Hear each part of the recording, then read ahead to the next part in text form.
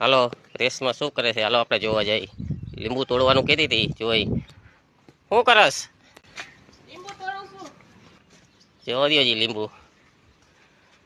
લીંબુ તોડું લીંબુ. લીંબુ હજી તારા હગા કાચા હે. લીંબુ ક્યાં દેખાડા હતા આમાં. હે?